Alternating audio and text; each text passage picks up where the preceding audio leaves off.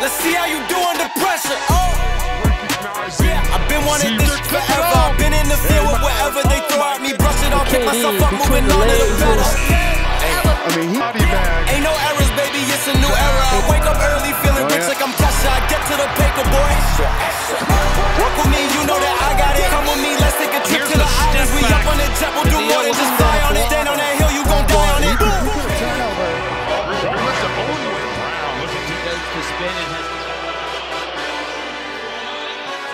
Just one step into the paint, and that was it. I have seen him well behind midcourt.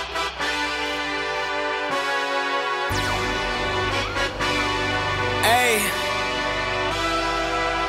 yeah, let's see how you do under pressure. Bonjour à tous, très content de vous retrouver aujourd'hui pour une nouvelle vidéo de cette série sur notre guide NBA pour la saison 2024-2025.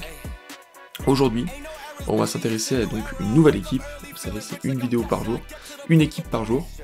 Et aujourd'hui, on va s'intéresser à une nouvelle équipe de la conférence Est. Hier, donc, on a parlé des Celtics. On avait déjà parlé de la division centrale de cette conférence Est. Et aujourd'hui, on va s'intéresser aux Brooklyn Nets, la première des deux équipes donc de New York. Ces Brooklyn Nets, qui ont toujours été un peu dans l'ombre des New York Knicks, et on va voir que ça va être encore le cas évidemment cette saison. Qu'attendre donc de ces Brooklyn Nets? Peut-être pas grand chose, parce que la saison dernière était vraiment pas fameuse, à l'image de Ben Simmons, qu'on voit là sortir, je pense à cause de 5 fautes, ou d'une blessure, je ne sais pas. En tout cas, il y a un supporter qui lui indique la sortie, donc c'est peut-être les 5 fautes. Les 6 fautes, pardon, d'ailleurs. Un Ben Simmons qui est vraiment une déception dans cette équipe. Je me souviens que l'année dernière, il y avait une petite hype en début de saison autour de Ben Simmons, et très rapidement, ça s'est arrêté, parce que re-blessure, et parce que peut-être pas le niveau de la NBA, pour le coup. Pas le niveau psychologique, je pense. C'est pas que moi qui le pense, d'ailleurs. Donc voilà, cette équipe des Nets, elle a pas fait une saison formidable, elle a évidemment pas atteint les playoffs la saison dernière, et cette saison elle perd même, on va le voir, donc avec l'effectif, elle perd même son joueur majeur, la star de l'équipe, c'était Michael Bridges, donc, pour retrouver pas grand chose non plus en retour. Donc on va voir à quoi peuvent s'attendre ces Nets, qu'est-ce qu'ils peuvent espérer cette saison. Peut-être pas grand chose pour le coup, avec un effectif pareil, qui globalement reste le même quand même, même avec le départ de Michael Bridges. On a toujours Nick Claxton au poste 5, Dorian Finney-Smith au poste 4, Cameron Johnson, depuis le transfert avec les Suns, qui avait été transféré donc avec Michael Bridges, Cam Thomas toujours, poste 2, Dennis Schroeder au poste 1 de meneur. On a toujours des joueurs de rotation assez peu importants, Deron Sharp, peut-être Ben Simmons, s'il joue la saison dernière, il a joué 15 matchs seulement. Et d'autres joueurs un peu moins en vue, qui jouent beaucoup moins pour le coup. Et on a quelques arrivées aussi, notamment notre français Killian Hayes, pour le poste de meneur arrière. Lui qui est en départ, qui est en partance donc, depuis les Pistons, qui avait été coupé aux Pistons en cours de saison la saison dernière. Là il arrive aux Nets, une arrivée pourquoi pas intéressante pour lui, parce que c'est une équipe qui espère pas grand chose, donc il aura sûrement du temps de jeu, donc ça c'est intéressant, surtout qu'il n'y a pas énormément de monde à son poste dans l'équipe. On a l'arrivée aussi de Bojan Bogdanovic, joueur de rotation habituel en NBA, qui était aux Pistons aussi, qui était aux Knicks, et qui là part des Knicks maintenant que ça devient une équipe vraiment très importante en NBA. On a Zaire Williams qui vient de Memphis, donc, qui jouait un peu à Memphis, qui a eu l'occasion pour le coup de jouer l'année dernière avec toutes les blessures.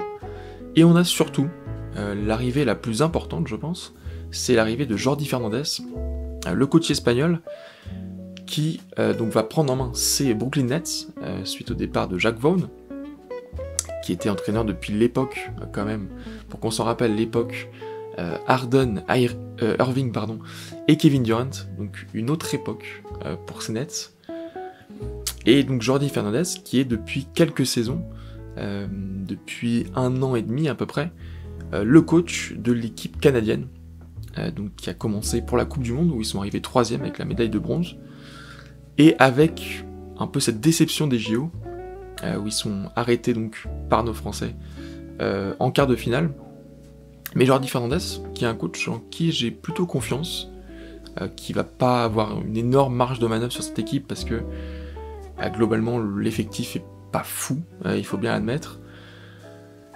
Et pour moi, donc on va commencer un peu à parler des pronos, pour moi cette équipe elle peut pas rêver autre chose qu'un tank, même si maintenant on va plutôt s'intéresser donc à mon joueur à suivre. Mon joueur à suivre, c'est Cam Thomas. Cam Thomas qui a réalisé quelques performances assez folles l'année dernière, et d'autres performances pas folles du tout. C'est c'est le niveau de Cam Thomas qui peut mettre un match à 40 points et puis derrière mettre 10 points, 5 ou 10 points, qui est globalement pas un joueur très collectif. Quand il a le ballon, généralement c'est lui qui finit. Et qui donc peut améliorer cette saison. C'est la marge de manœuvre de cette équipe, et c'est sa marge de manœuvre personnelle aussi, qui peut améliorer ses performances collectivement, qui peut vraiment s'inscrire dans un collectif, et pourquoi pas être un leader dans cette équipe, dans cette nouvelle équipe qui, je pense, va aller chercher les tours de draft pour l'année prochaine. Et donc, Cam Thomas, pour moi, c'est un joueur qui peut augmenter déjà son pourcentage au tir, peut-être son nombre de points, mais c'est pas ce qui est primordial, son nombre de passes, je pense, et tout le reste, son jeu collectif, ce qui est pas visible dans les stats en tout cas. Donc voilà, pour moi Cam Thomas, c'est un joueur qui va être important cette saison, parce que s'il n'est pas au niveau, ces Nets, ça va être très très compliqué. Ça pourrait être les Pistons de l'an dernier, pourquoi pas. Alors pour ce qui est des pronostics maintenant, où est-ce que je vois ces Brooklyn Nets? Évidemment, ça me paraît trop compliqué pour se qualifier en playoff directement. Ça me paraît aussi compliqué pour jouer un play-in. Et honnêtement, même pour prétendre, pourquoi pas arriver aux places 11-12, ça me paraît beaucoup trop juste aussi. Moi, je les vois à la 15e place, pas au-dessus. Potentiellement comme la pire ou l'une des pires équipes NBA. Parce que l'une des seules choses qu'ils peuvent espérer, c'est tanker, et mais je suis même pas sûr qu'ils vont avoir besoin de tanker d'ailleurs, pour avoir des pics de draft assez hauts, et pourquoi pas recruter un meneur français l'année prochaine. On sait qu'ils n'ont pas spécialement de meneur, alors ils ont Dennis Schroeder, mais qui est pas spécialement installé encore dans l'effectif, donc pourquoi pas aller recruter un meneur français l'année prochaine, puisque, je dis ça aussi, pas seulement parce qu'il va être au pic de draft, notre français, mais aussi parce que les Pistons, ils ont déjà un meneur, en la personne de Cade Cunningham, donc probablement pas drafté d'autres meneurs. Pareil pour les Blazers avec Scoot Henderson, et pareil pour beaucoup d'équipes dans le bas de tableau, Keyonte George aussi avec le Jazz, donc pourquoi pas notre français honnête. En tout cas, je vois pas mieux pour les Nets qu'une saison avec un fort rookie l'année prochaine. Franchement, je pense qu'ils peuvent pas rêver mieux. Dites-moi ce que vous pensez de ces Nets en commentaire.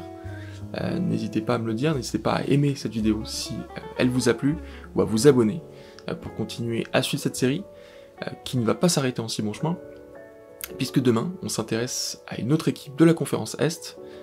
Vous pouvez avoir un indice parmi les 2 maillots qui sont derrière moi. Et d'ici là, moi je vous dis à très vite.